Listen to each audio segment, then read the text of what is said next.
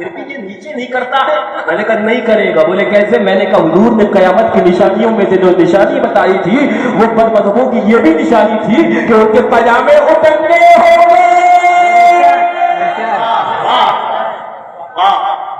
کھاؤ نا، یہ تو تمہیں بھی پتا نا، آپ نے تو کلیئر بتا دیا. پیجامے اعلیٰ حضرت نے فتاوی رضویہ کی 11ویں جلد کے اندر اس حدیث پاک کو نقل کیا. پیجامے کتنا مرا انہیں ادھر کے پیجاموں والوں کا. ایک مرا بولا لاہور سے سردا لاؤ اور سردا کھاؤں گا تب مروں گا. ایک بولا لکھنؤ کی ککڑی بڑی عمدہ ہے مرتے ٹائم، لکھنؤ کی ککڑی کھاؤں گا تب مروں گا. یہ ان کے والے تھے. اور میرا امام جب دنیا سے دولہا بن کے جا رہا ہے تو قوم کے لیے میسج دے رہا ہے. لاؤ قلم. اعلیٰ حضرت فرماتے ہیں کہ حجت اللہ قائم ہو چکی. لا ادری ما بقائی فیکم، نہیں معلوم کہ تم میں اب کتنی دیر اور کتنے وقت اور کتنے لمحات مجھے ٹھہرنا ہے. حجت اللہ قائم ہو چکی. فرماتے ہیں کہ حضور اللہ کے نور ہیں. حضور اللہ کے نور ہیں. حضور سے صحابہ روشن ہوئے، صحابہ سے تابعین روشن ہوئے، تابعین سے تابعین روشن ہوئے، ان سے ائمہ مجتہدین روشن ہوئے. اعلیٰ حضرت فرماتے ان سے ہم روشن ہوئے. چاہتے یہ ہے کہ اب یہ نور ہم سے تم بھی لے لو، جیسے وہ سب روشن ہوئے تم بھی چمکنے لگ جاؤ. واہ واہ. فرماتے یہ وہابی ہوئے، یہ دیوبندی ہوئے.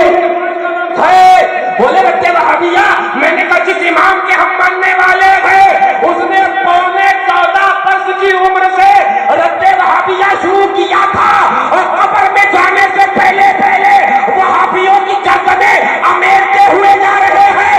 اگر تم کے اعلیٰ حضرت کی بات کر رہا ہے، میرا ربا تو وہ ہے جس کی بلوغت کی ابتدا ہے تو رد وہابیہ ہے، دنیا سے رخصتی ہے تو رد وہابیہ.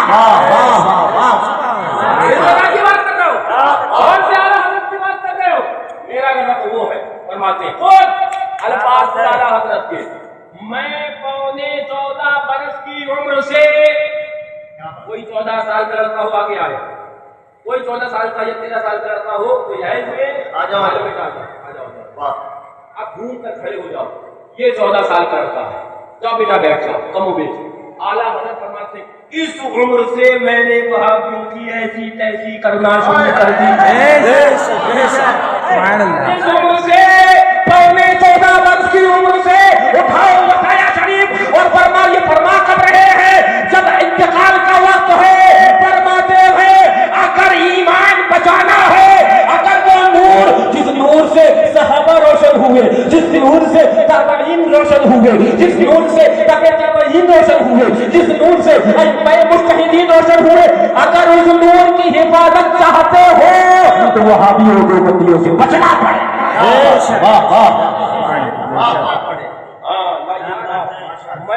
میں آپ کو مسئلہ کیا اعلیٰ حضرت کی مسئلہ کیا اعلیٰ حضرت ہے بابو. ہاں سمجھو بابو، دین کو بچاؤ.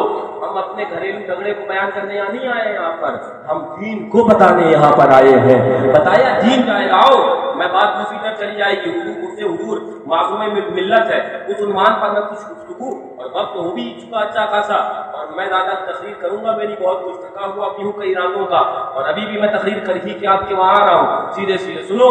ہاں بولے کہ اللہ والے کے مدار پہ جاؤ تو کیا ملے گا؟ ان اللہ والوں سے کیا ملے گا؟ میں نے کہا میں تمہیں بتاتا ہوں کیا ملے گا. میں ہوں نا بتانے کے لیے، کہا میں بتاتا ہوں کیا ملے گا. ہاں قرآن اٹھا کر دیکھو. قرآن فرماتا ہے اعوذ باللہ من الشیطان الرجیم. اس آیت کو سنانے سے پہلے مجھے ایک واقعہ یاد آیا. ہاں وہ سبع سنابل شریف کے اندر وہ واقعہ فرمایا. حضرت سیدنا خواجہ اللہ اکبر نظام الدین اولیاء محبوب الہی جن کو اعلیٰ حضرت نظام الملت والدین فرما رہے ہیں، تشریف فرما. اور جو مزارات ہندوستان میں جہاں پر جا کر دعا قبول ہوتی ہے، ان میں جو اعلیٰ حضرت نے مزارات بنائے ہیں وہ آپ کا بھی ایک مزار پاک ہے. ہاں یہ مزار پاک تشریف فرما ہے. تو ایک آیا، آنے کے بعد کہا کہ حضور ایک سوال کرنا ہے. کرو. کہا حضور پوچھنا یہ ہے اللہ کی رحمت ڈھونڈ رہا ہوں، اللہ کی رحمت کہاں ملے گی؟ کہاں ملے گی؟ رحمت ڈھونڈ رہا ہوں، اللہ کی رحمت کہاں ملے گی؟ سیدنا نظام الدین اولیاء خواجہ نظام الملت والدین رضی اللہ عنہ فرماتے ہیں اس کا ایڈریس اور اس کا پتہ تو رب نے قرآن میں دے دیا. بولے کیا؟ بولے رب نے قرآن میں بتایا نا انا رحمت اللہ قریب من المحسنین، اللہ کی رحمت اللہ والوں کے قریب ملے گی. قریب من المحسنین. وہاں بھی بولیں گے اللہ والے کیا جو مانگنا خدا سے مانگ. ہم نے کہا تیرا نصف پجامہ کٹا ہے، عقل بھی تیری آدھی ہے یا ہے ہی نہیں. خود رب ہی کہے اگر میری رحمت چاہیے ہے، رحمت اللہ، اللہ کی رحمت چاہیے ہے تو چلے جاؤ مسعود غازی کے آستانے پر، مخدوم قرآن پاک کا، تو چلے جاؤ راجہ قلم کے آستانے پر، چلے جاؤ جب مولی بن نواز کے آستانے پر ان اللہ والوں کے قریب رحمت اللہ کی ہے، یہاں جاؤ گے تمہیں اللہ کی رحمت مل جائے.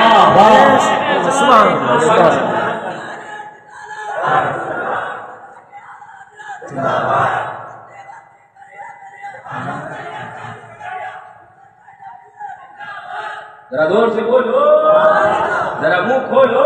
کیا فرمایا؟ فرمایا کہ اس کا ایڈریس تو قرآن میں رب نے دے دیا. اس کا ایڈریس قرآن میں رب نے دے دیا. کیا ایڈریس دیا؟ یہ دیا ان رحمت اللہ قریب من المحسنین.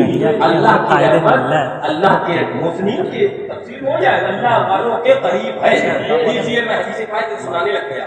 ہاں آقا ارشاد فرماتے ہیں حدیث پاک میں آتا ہے اطلب الحوائج الی ذوی الرحمت من امتی ترزقو، میری امت کے رحم دل لوگوں سے تم حاجتیں مانگو.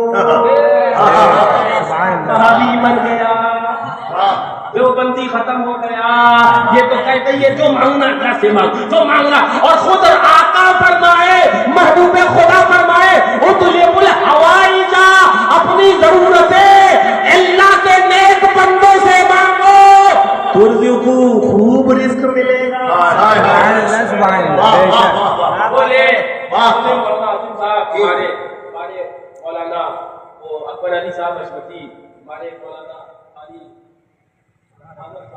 صاحب نہیں جانتا ہے نا، ہمارے افلاق بھائی بولے حضرت فلاں صاحب بڑے پریشان چل رہے ہیں، کاروبار نہیں چل رہا ہے.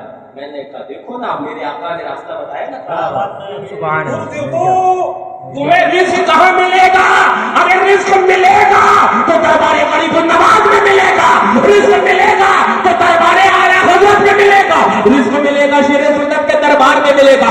رزق چاہیے ہے تو آقا کہے دربار معصوم ملت میں چلا جا، پھیلا جھولی، تیری جھولی رزق سے بھر دی جائے.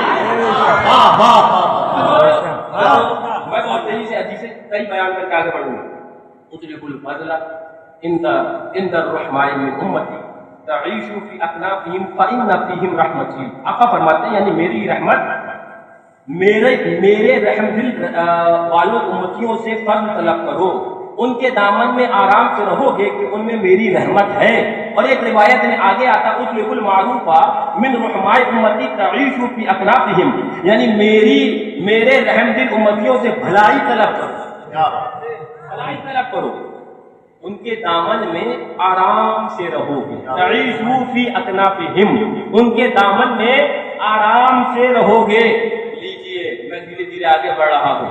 اب میں آپ کو لے آیا آگے وہ یہ تو اللہ والے ہیں. صحابہ کا طریقہ اور صحابہ کا کردار دیکھو. ذرا زور سے تو بولو، ذرا منہ کھولو. یہ کون ہے؟ شفا شریف کے اندر فرمایا